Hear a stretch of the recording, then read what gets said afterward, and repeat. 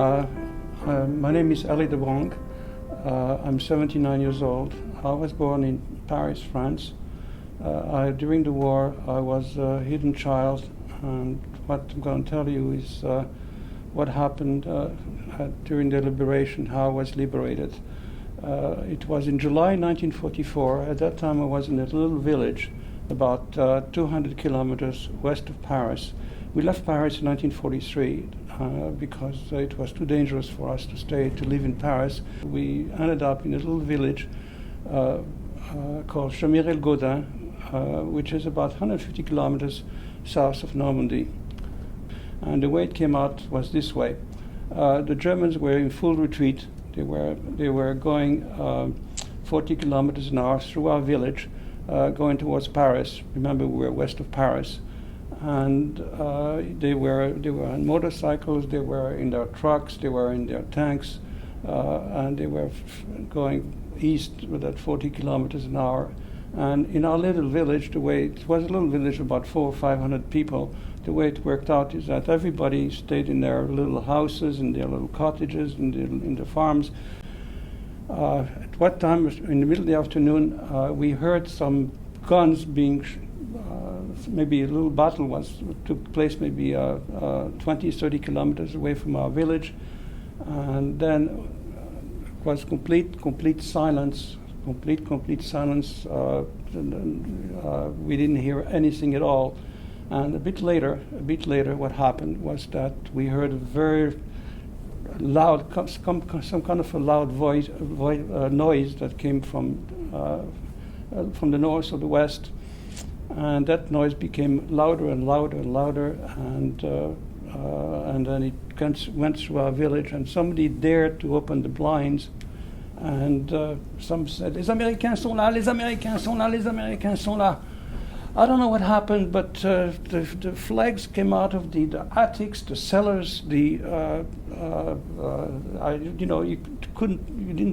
weren't allowed, British flags, the American flags, you weren't allowed to have them during the occupation. Everybody came out of the village, the children and the people, and we said, "Vive les Américains, vive les Américains." We saw the first tanks, the American tanks, going through our village. And a little later on, the trucks with the infantry came through our village, and the Americans were throwing chewing gum. We didn't know what chewing gum was at that time. Remember, we were in France in 1944 during the occupation. They were throwing chewing gum and pieces of chocolate and pieces of white bread. And this is the way we were liberated. It's very difficult to describe. I was a little boy at that time, 10 years old again, but still I felt that I was free. I felt I wasn't in danger. I felt I wasn't threatened at all. Because even in that village, I had to be, it was dangerous for us to go out, because people knew that we didn't live in that village. People knew that maybe we were Jews, and there were people that collaborated with the Germans, and so we had to be careful even in that little village.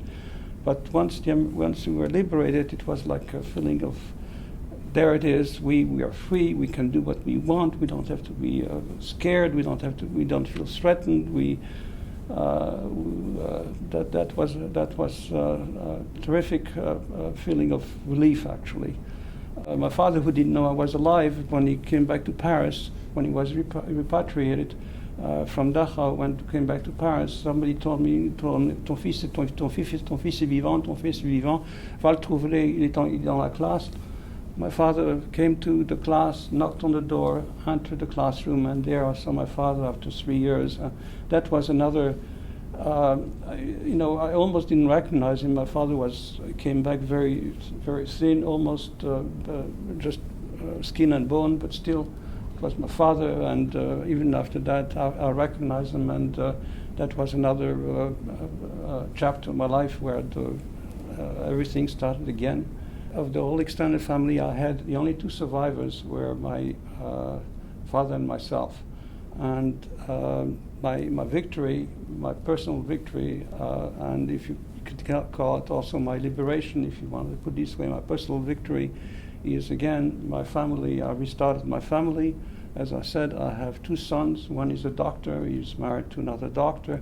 And the other one is an architect. He's married to, to a lawyer. And I have 4 grandchildren. And one of my grandchild is going to do March of the Living this year, and this is the reason this year as a survivor, I'm going to the March of the Living also.